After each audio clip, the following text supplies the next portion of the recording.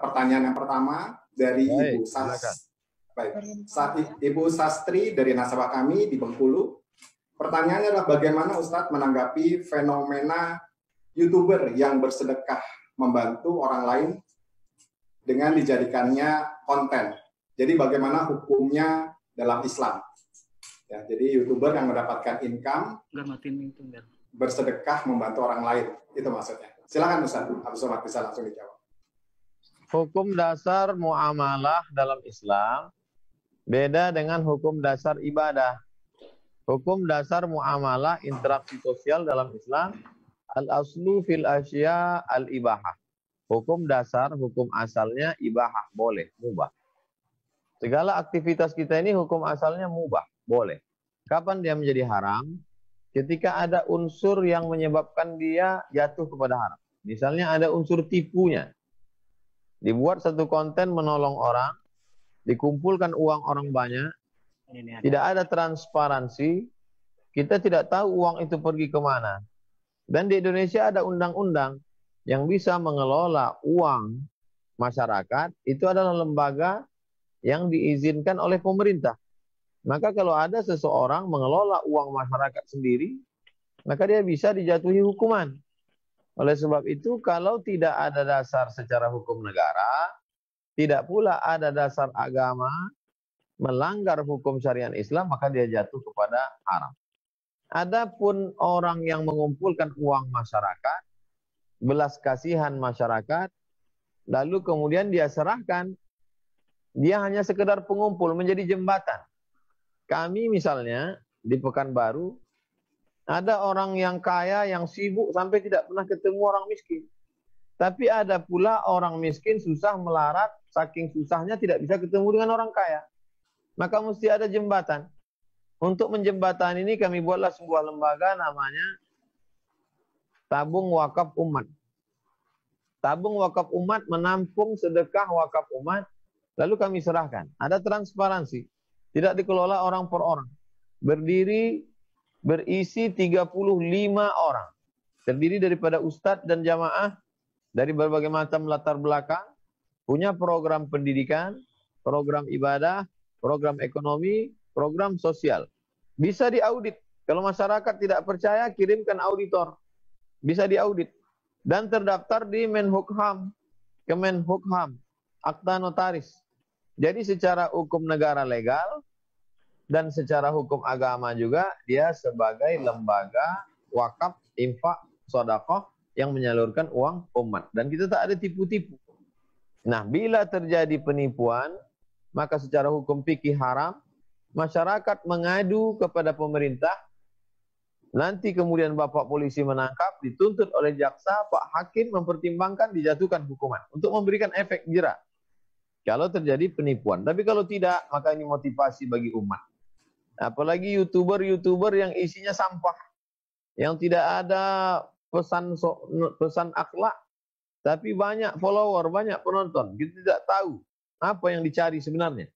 Tapi kalau ada YouTuber yang isinya baik, lalu kemudian hasilnya membantu orang susah, kemudian tidak ada unsur tipu, tidak ada unsur menganiaya orang lain, di dalamnya ada unsur ta'awun, tolong menolong, maka ke dalam Al-Quran kita disuruh wa ta'awanu 'alal birri wat taqwa, tolong menolong dalam kebaikan dan ketakwaan, wala ta'awanu 'alal ismi wal 'udwan, jangan tolong menolong dalam permusuhan dan dosa. Demikian, wallahu a'lam. Baik, terima kasih Ustaz Abdul Somad. Semoga Ibu Sastri dari nasabah kami Bengkulu cukup menjawab. Ini pertanyaan kedua Ustaz, cukup menarik dan ini pertanyaan klasik yang kita sering terima dari nasabah kita. Dalam kegiatan usaha, nasabah Bank Muhammad itu seringkali tidak dapat dihindari transaksi dengan bank konvensional. Ya mungkin karena rekanan bisnisnya ataupun partnernya masih menggunakan bank konvensional. Nah, itu bagaimana pendapat Ustaz Abdul Somad? Silakan. Bagaimana prakteknya? Realnya bagaimana? Jadi misalnya saya seorang pengusaha di mana nasabah kita, vendornya itu adalah harus menggunakan bank A. Nah, jadi otomatis kita harus punya bank A untuk bisa bertransaksi dengan rekan bisnisnya mungkin Ustaz, yang dimaksud oleh Pak Denis Rediarto dari Semarang. Apakah itu halalnya bagaimana?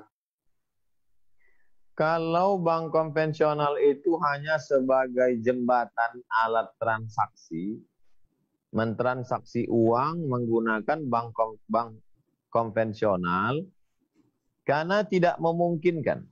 Karena satu dan lain hal, tidak mungkin rekan bisnis kita itu pakai bank konvensional. Kita pakai bank syariah atau muamalah.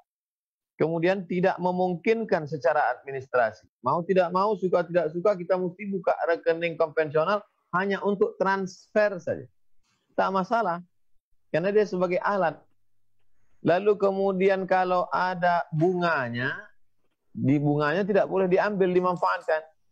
Fatwa Syekh Yusuf Al-Qardawi dalam fikih fatwa mu'asirah, fatwa-fatwa masalah kontemporer, bunga dari bank konvensional itu diambil, jangan ditinggalkan di bank, diambil, diserahkan ke masalih ammah, lembaga yang dinikmati orang banyak. Seperti untuk masjid, panti jompo, panti yatim, fakir miskin, duafa. Bukan orang per orang. Jangan sampai dinikmati, dimakan, dibelikan pakaian, dibelikan mobil, ganti ban, dan lain sebagainya. Tidak boleh ada unsur pribadi mengambil manfaat. Adapun menyimpan uang, maka tetap di bank muamalat. Menyimpan ataupun investasi, mudharabah bagi hasil, murabahah permodalan dan lain sebagainya, tetap melalui bank muamalat. Ini kalau terbentur dalam masalah transfer dan lain sebagainya yang sifatnya teknis dengan rekanan bisnis, mesti tak jadi tidak, mesti pakai bank konvensional. Demikian sikap kita. Wallahu a'lam. Baik, Ustaz. Jadi untuk alasan transaksional mungkin masih bisa dimudahkan. Tapi saat ini bank muamalat itu sudah memiliki layanan yang sepertinya cukup lengkap dengan layanan cash management, juga dengan layanan m-banking yang insya Allah sudah bisa memenuhi kebutuhan transaksi. Baik, Ustaz, pertanyaan satu lagi, karena kita jelang Idul Adha di situasi masa pandemik, kita sudah melewati Idul Fitri di mana kita harus bersolat Id di rumah. Nah, bagaimana hukum ketika nasabah meminta untuk dilakukan kurban secara titipan yang dilakukan oleh lembaga yayasan? Karena sebagai anjuran bahwa dengan di tengah social distancing saat ini tidak bisa menghadiri langsung, bahkan menyembelih langsung. Silakan, Ustaz. Bedakan antara fardu yang paling tinggi, di bawahnya wajib, di bawahnya sunat muakkad, di bawahnya sunnah, di bawahnya mubah. Di bawah lagi makruh, paling bawah haram. Fardu, wajib, sunat muakkad, sunat, mubah, haram. Menyaksikan penyembelihan hewan kurban itu masuk level mana? Menyaksikan dengan mata kepala penyembelihan hewan kurban, hukumnya sunat. Fardu, wajib, sunat muakkad, sunat, level 4. Menyembelih sendiri, sunat. Jadi bukan wajib. Jadi tidak bisa menyembelih hewan sendiri, tidak bisa menyaksikan ikut di masjid, tidak berkurban gara-gara itu, maka itu jahil, kejahilan, ketidaktahuan. Maka dipahami, untuk sekarang, kita transfer saja ke lembaga-lembaga, termasuk tabung wakaf umat kami di Riau, juga mengelola tabung wakaf umat, mengelola kurban dari seluruh Indonesia dan dimanapun berada, saudara-saudara kita yang bekerja menjadi tenaga kerja di luar negeri, mengirimkan, nanti akan disalurkan ke suku terasing, suku talang, masyarakat tertinggal di dalam hutan, di pinggiran-pinggiran kota yang di sana tidak ada kurban karena ekonomi, ditambah lagi COVID-19.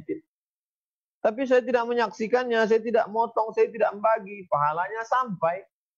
Oleh sebab itu maka jangan sampai gara-gara wabah corona tidak bisa melihat, lalu tidak berkurban sama sekali. Silakan berkurban untuk dirinya, untuk istrinya, untuk anaknya, untuk keluarganya yang sudah meninggal, untuk bapaknya, untuk ibunya.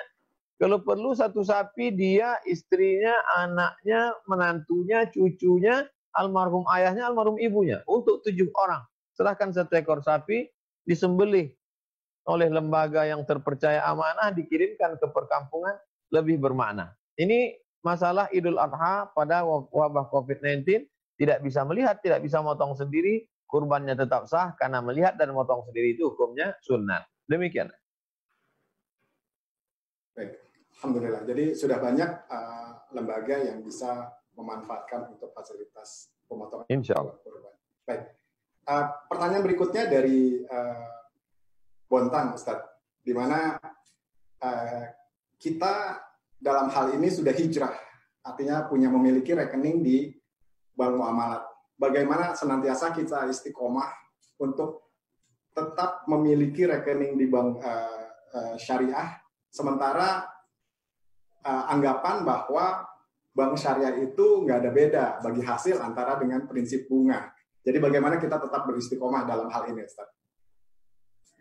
Dulu orang musyrik jahiliyah mengatakan jual beli dengan riba sama aja. Barang dibeli, setelah itu dijual, kan dapat untung. Begitu juga dengan orang yang melakukan transaksi riba. Dia pinjam uang, nanti bayarnya lebih. Kan sama-sama dapat untung.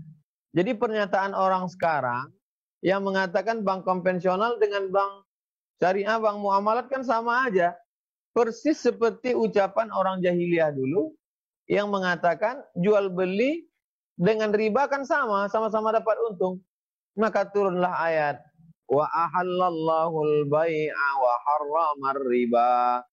Allah halalkan jual beli, Allah haramkan riba. Oleh sebab itu maka kalau nggak ngerti jangan ngomong. Banyak orang ketika ditanya masalah motor dia mengatakan saya nggak ahli motor. Ditanya masalah sepeda dia yang bilang saya nggak pakar sepeda. Ditanya masalah AC dia angkat tangan, saya nggak ngerti masalah AC. Tapi masalah ekonomi Islam dia ngerti. Bisa dia komen seolah-olah dia paham. Hati-hati. La taqfu ma laisa laka bihi ilmun. Jangan bicara kalau kamu nggak ada ilmunya. Inna sam'a, pendengaran, wal basar, penglihatan, wal fuad, hati dan pikiran, kullu ulaika kana anhu mas'ula, akan disoal, akan ditanya oleh Allah Subhanahu wa taala. Oleh sebab itu, produk-produk yang ada di bank muamalat itu semuanya sudah lolos fit and proper test di DSN, Dewan Syariah Nasional. Mudharabah bagi hasilnya, murabahah permodalannya, lalu kemudian mendapatkan keuntungan, maka keuntungan itu bukan riba. Keuntungan itu adalah bagi hasil. Kan sama-sama uang, Pak Ustadz. Sama-sama uang. Tapi di sana ada akad. Yang membedakan antara akad riba dengan akad syariah, akad islami itu adalah pada akadnya. Nikah. Apa beda nikah dengan zina? Maaf beribu maaf. Apa beda nikah dengan zina? Ya pada akadnya itu. Kalau tidak sama saja, tapi ada akadnya, ada walinya, ada mempelai laki-lakinya, ada maharnya, ada ijabnya, ada qabulnya, ada dua saksinya. Di akad itulah yang membedakannya. Jadi kalau tidak mengerti, kita sudah dhalla wa adalla, sesat dan menyesatkan. Apalagi setengah orang ada yang mengatakan sama saja bank syariah dengan bank konvensional. Padahal ini adalah tanggung jawab kita bersama. Kita malu kepada negara kecil tetangga kita di Semenanjung Malaya di Malaysia. Saya diundang ceramah di Bank Rakyat di Kuala Lumpur. Bank Rakyat. Saya curiga ini jangan-jangan bank konvensional nih kok saya diundang ke sini. Ternyata setelah perkenalan dengan direkturnya, dengan semuanya, Ustaz Somad ini awalnya bank konvensional, bank rakyat. Tapi sekarang sudah 100% jadi bank syariah. Islamic Bank. Pegawainya 5.000 orang. Saya diundang ceramah ke sana. Sebelum ceramah semua disuruh berdiri melantunkan Asmaul Husna. Saudara kita yang keturunan India, yang dari Cina, yang Hindu, yang Buddha, menabung di bank Islam. Kenapa? Karena mereka melihat prospeknya lebih besar, ada kejujuran, ada amanah, ada keuntungan, bagi hasilnya lebih menguntungkan.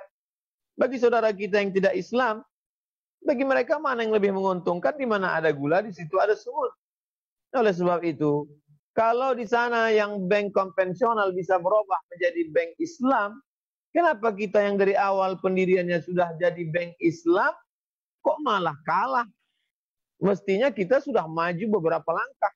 Karena mereka jauh perjuangannya dari bank konvensional, berubah menjadi bank Islam. Kita memang sudah bank Islam.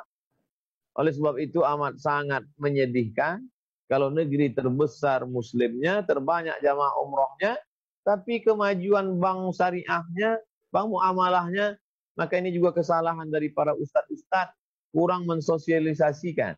Oleh sebab itu saya pernah bertanya kepada Ustadz Safi Antonio, pakar ekonomi syariah kita, pimpinan di Tazkiyah, apa yang menjadi masalah nih Ustadz? Apa kata Dr. Safi Antonio? Ada dua.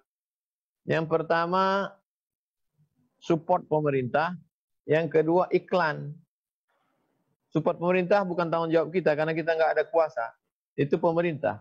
Tapi yang kedua adalah iklan. Iklan itu adalah kita. Umat Islam mesti menjadi bintang iklan untuk bank syariah kepada yang non-muslim. Ustadz-ustadz mesti menjadi endorsement. Ustadz-ustadz mesti memberikan motivasi kepada bank syariah. Jelaskan. Kalau nggak ngerti, nanya ke ahlinya. Kalau tidak, kita sudah menyesatkan umat ini dan kemajuan ini ada di pundak kita masing-masing. Demikian tentang masalah bank syariah dan bank konvensional. Wallahu a'lam.